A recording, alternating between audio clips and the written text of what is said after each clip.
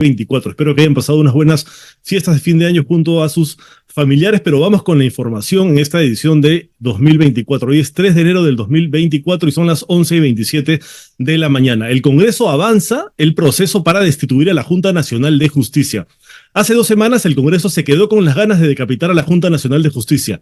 No alcanzaron los votos y pese a las pataletas de Muñante y Montoya, no pudieron lograr su objetivo. Sin embargo, como era de esperarse, no se iban a quedar con los brazos cruzados. Wilber Huacasi de la República nos explica cuál es el plan B que ya está en ejecución. Se trata del proceso abierto en la Subcomisión de Acusaciones Constitucionales y que puede culminar con la destitución e inhabilitación de los magistrados.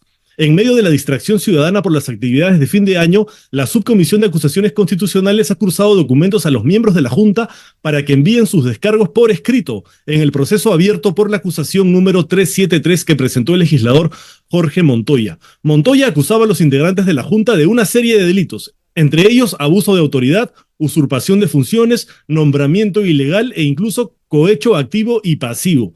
Todo por haber interpretado que el requisito de ser menor de 75 años para ingresar a la Junta solamente era para ingresar, y por esa razón Inés Tello ahora se mantiene en el puesto, no obstante haber superado dicha edad. La subcomisión ya ha aprobado el informe de calificación de la denuncia de Jorge Montoya, pero únicamente por supuesta infracción a la Constitución, dejando de lado los delitos que había postulado el citado parlamentario. El caso ahora está en manos del legislador evangélico Esdras Medina Minaya, quien debe elaborar el informe final. Ahora, es importante recordar quién es Esdras Medina Minaya. Como presidente de la Comisión de Educación fue una pieza clave en el desmantelamiento de la SUNEDU, así que no sería nada raro que ahora sea el artífice del desmantelamiento de la Junta Nacional de Justicia. Fuentes del Congreso han informado que ya hay una fecha tentativa planteada en la subcomisión que preside Lady Camones de APP para someter a debate y votación el informe final. Esto sería el 16 de enero. Sigue la arremetida contra la Junta Nacional de Justicia desde el Congreso, pero no solo eso. El Congreso quiere también arrogarse la facultad de destituir a jueces y fiscales supremos. El Congreso no se va a detener con la decapitación de la Junta Nacional de Justicia porque tiene planes todavía más ambiciosos e inconstitucionales, hay que decirlo. El legislador de Alianza para el Congreso, Roberto Quiabra, plantea una serie de modificaciones normativas para que el Congreso pueda destituir a los jueces y fiscales supremos, una potestad que ahora está reservada a la Junta Nacional de Justicia. O sea, quieren arrebatarle una facultad a la Junta y arrogársela a ellos mismos, el Congreso de la República. La propuesta fue tramitada en un contexto de asedio y una campaña de desprestigio contra el fiscal supremo Pablo Sánchez por parte de grupos mediáticos vinculados con un sector del Congreso y con la suspendida exfiscal de la Nación, Patricia Benavides. Si la propuesta se convierte en norma, los congresistas podrían destituir a Pablo Sánchez o a cualquier otro fiscal supremo que no responda a sus intereses. Una de las deficiencias de la propuesta de Quiabra es que no desarrolla las causales para una eventual destitución de los jueces o fiscales supremos, con lo cual el Congreso tendría carta blanca para tomar este tipo de decisiones, como pretenden hacerlo ahora con la Junta Nacional de Justicia. El Congreso ya no solo pretende controlar a la Junta, sino también al Poder Judicial y al Ministerio Público, arrogándose la facultad de destituir jueces y fiscales supremos porque les da la gana. Se trata de un claro atentado contra la separación y el equilibrio de poderes. El Congreso está en una carrera frenética por acumular cada vez mayor poder, sometiendo a los otros poderes y organismos constitucionalmente autónomos. Además, hay una polémica por una nueva ley mordaza presentada por Perú Libre en el Congreso y que está avanzando peligrosamente en la Comisión de Justicia. El Congreso de la República ha mandado a la Comisión de Justicia un proyecto de ley del congresista Segundo Montalvo, que es conocido como la nueva ley mordaza. Esto fue llevado a la Comisión de Justicia y Derechos Humanos, que es presidida por su compañera de bancada, Janet Rivas. Ahora, no es la primera vez que Perú Libre impulsa una iniciativa que eleva las penas por difamación, lo que podría afectar directamente la labor de la prensa y poner en peligro la libertad de expresión. El proyecto de ley presentado el miércoles 20 de diciembre tiene como objetivo endurecer las penas por el delito de difamación hasta con 5 años de cárcel. O sea, la pena máxima por difamación de 3 años a 5 años, lo que se podría castigar con cárcel efectiva. La propuesta de Segundo Montalvo representa un despropósito que va en contra de la tendencia internacional sobre despenalizar este tipo de delitos, pues estas disputas suelen resolverse en el ámbito civil. Pero esto hay que verlo como parte de un combo. Si el Congreso aprueba el proyecto para destituir jueces y fiscales y logra controlar el Poder Judicial y el Ministerio Público y al mismo tiempo aprueba esta nueva ley mordaza, no tendrá inconvenientes para enviar a la cárcel a los periodistas que investigan a los congresistas. lo que ya sería la muerte de la libertad de expresión en el Perú y como consecuencia de ello la muerte de la democracia misma. Pero eso no es todo lo que está pasando en el Congreso. Lourdes Fernández ha publicado en Epicentro TV una nota sobre el lobby de la minería ilegal e informal en el Congreso de la República. Resulta que entre octubre del 2022 y noviembre del 2023, los despachos de al menos 11 congresistas han recibido constantes visitas de autoridades y personajes ligados a la minería informal e ilegal.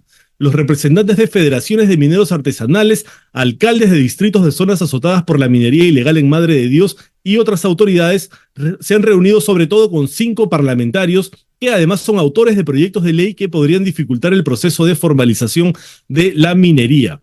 Se trata de los parlamentarios Guido Bellido, Eduardo Salguana, María Taipe Coronado, Jorge Montoya Manrique y Jorge Marticorena Mendoza. Todos ellos han recibido escuchen bien, 110 personas que aparecen inscritas en el Registro Integral de Formalización Minera REINFO, que es el padrón a cargo del Ministerio de Energía y Minas, que incluye a aquellos pequeños mineros y mineros artesanales que cumplen con los requisitos para formalizarse. La mayoría de los asiduos visitantes del Congreso se encuentran con el REINFO suspendido, o sea, no lo tienen vigente porque no han cumplido con alguno de los requisitos para continuar con su proceso de formalización.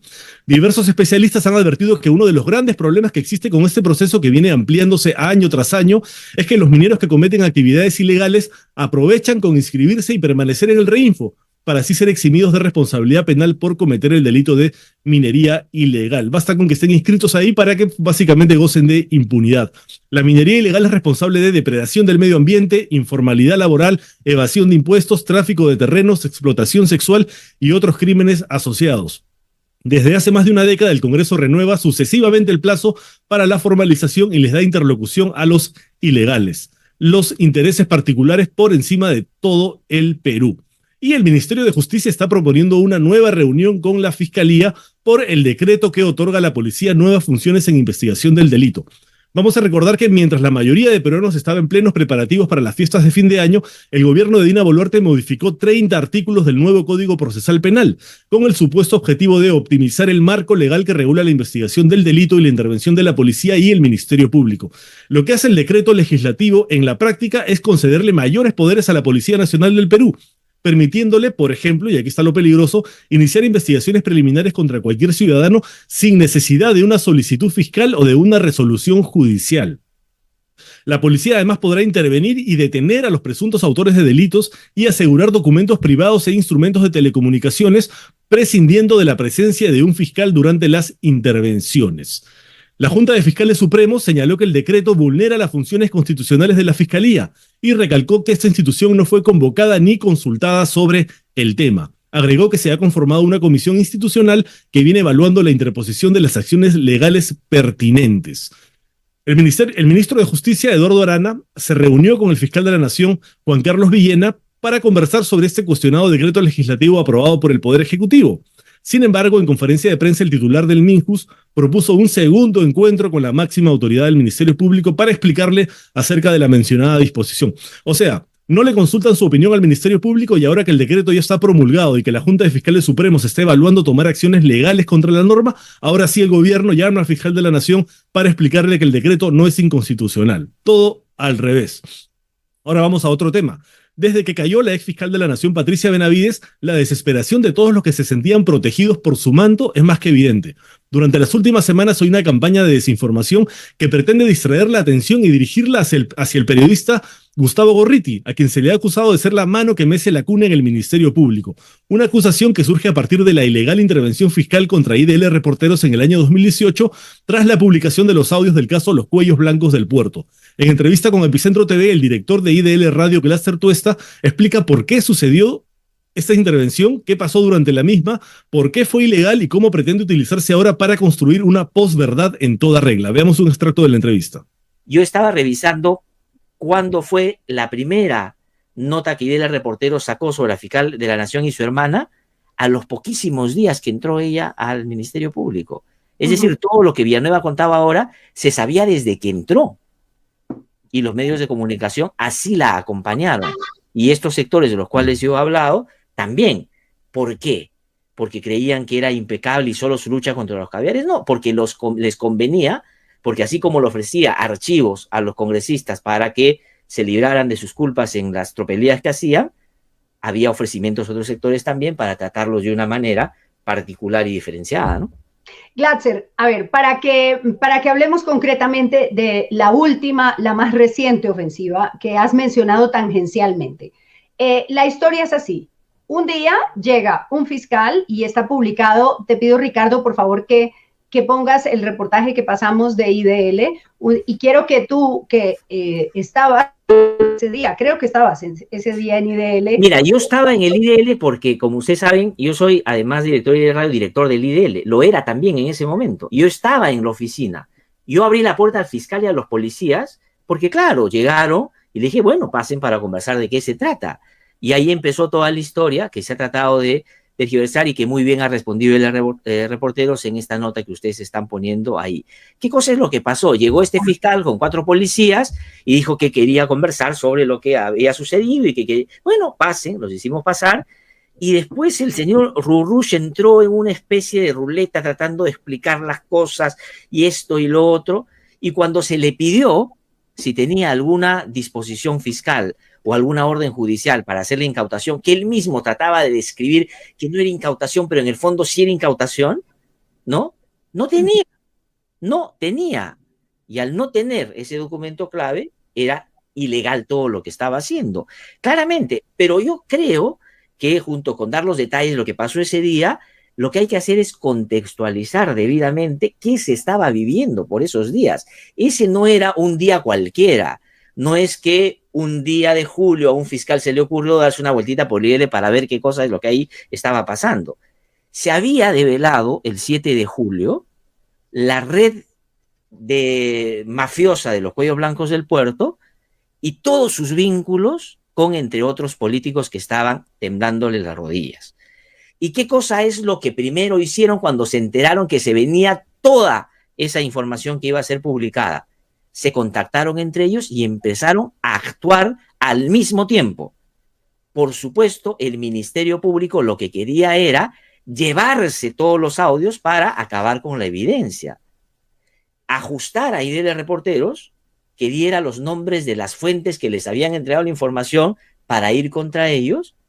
En el Congreso de la República, una arremetida brutal que no solo era retórica, sino inclusive con la combinación de que Gorriti vaya a declarar a la Comisión de Fiscalización que presidía el señor Rolando Arátegui, pero además con toda esta baja policía disfrazada de medios que atacaba, que es la misma que ataca hoy día.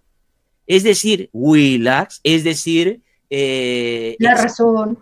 Era el antro, ojo, no hay que olvidar, donde escribían los cuellos blancos del puerto. ¿Quién tenía columna en Expreso? Walter Ríos. ¿Quién tenía? Guido Águila, el doctor Rocco. Estaban totalmente vinculados. Y esos reaccionaron al mismo tiempo. Y una de las reacciones vino del Ministerio Público. Al día siguiente de lo que Rurush hace por mandato de Nora Córdoba, llega un pedido del fiscal supremo de control interno, el doctor Rodríguez Montesa, a pedir que se le entreguen todos los audios, que se diga quién le ha entregado eso a IDL Reporteros.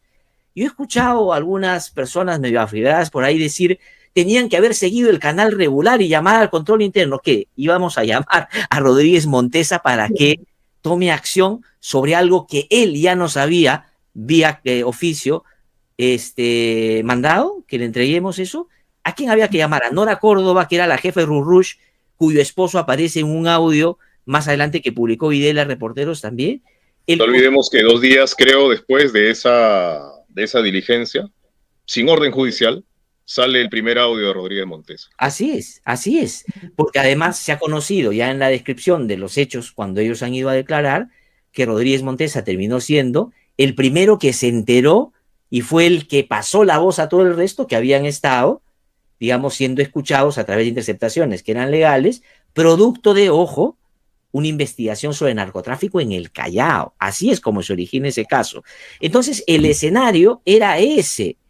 Y en ese contexto pasó, y por supuesto en ese momento se dijo lo que se dice ahora. Fue ilegal, fue inconstitucional, fue arbitraria, fue abusiva, y lo que se hizo es comunicar al representante del Ministerio Público que al tomar conocimiento, porque ya todos los medios lo estaban difundiendo en vivo y en directo, tomó acción y sacó un comunicado diciendo que eso no debió pasar de esa manera, por una razón muy sencilla, que Pablo Sánchez ha explicado a través de un comunicado, porque eso iba a traerle pues complicaciones al Ministerio Público también. Si una persona de la mayor jerarquía de una institución se entera que uno de sus funcionarios está haciendo algo ilegal, ¿qué cosa hace?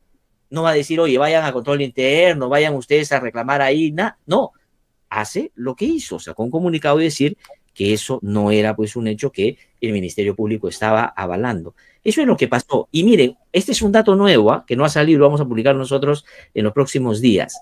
Es tan así que el 17 de julio, es decir, una semana después de que suceden estos hechos con Rush, que sucede lo del Congreso de la República y lo de Rodríguez Montesa, es decir, el acoso ahí de los reporteros para que te traigan abajo la evidencia y se develen la fuente, cosa que por supuesto los periodistas bajo ninguna circunstancia, como Gorriti se lo dijo a Rush el día que estábamos ahí sentados, nunca un periodista da ni esa información ni la fuente. Gorriti dijo, es preferible que un periodista vaya a la cárcel antes de hacer eso. Pero ¿qué es lo que sucede? El acoso seguía. Y nosotros interpusimos, miren, este es un dato que no se ha referido, nosotros recién nos hemos acordado, presentamos una acción de amparo contra el Ministerio Público, contra el Congreso de la República, contra las fiscalías de corrupción de la señora Nora Córdoba, para que no sigan acosando a Liel. En ese contexto que se presentó todo esto, era una seguidilla de hechos arbitrarios para acosar, amedrentar, asustar a periodistas y romper con un principio básico de la libre expresión en un país democrático, que suponemos que eso es lo que muchos serán la vestidura diciendo que tenemos por estos días. Sí. ¿Por qué hoy día se levanta otra vez esta información? Porque Rush y otros han sido, digamos, se ha recogido la testimonial de ellos, y qué curioso, lo ha hecho un fiscal, perdón, que la señora Patricia Benavides puso a la cabeza del equipo de los Cuellos Blancos, y qué casualidad le puso énfasis a ese asunto puntual, y después lo repartió a sus amplificadores para que hagan esta campaña, ¿no? Se ha conocido también en otros casos, recuerden ustedes, como Villanueva ha dicho, trataban de ajustar a los jueces que iban a ver el caso de la hermana de la señora Benavides, y cuál era la metodología, tratar de buscarles algo para con eso tratar de asustarlos para que actúen en coherencia con lo que ella quería. ¿Y qué cosa es lo que quiere hoy día la señora Patricia Benavides? Regresar. ¿Y qué cosa entiende si él es reporteros?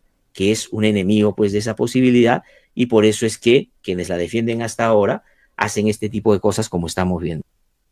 Bueno, queda clarísimo que el psicosocial contra Gustavo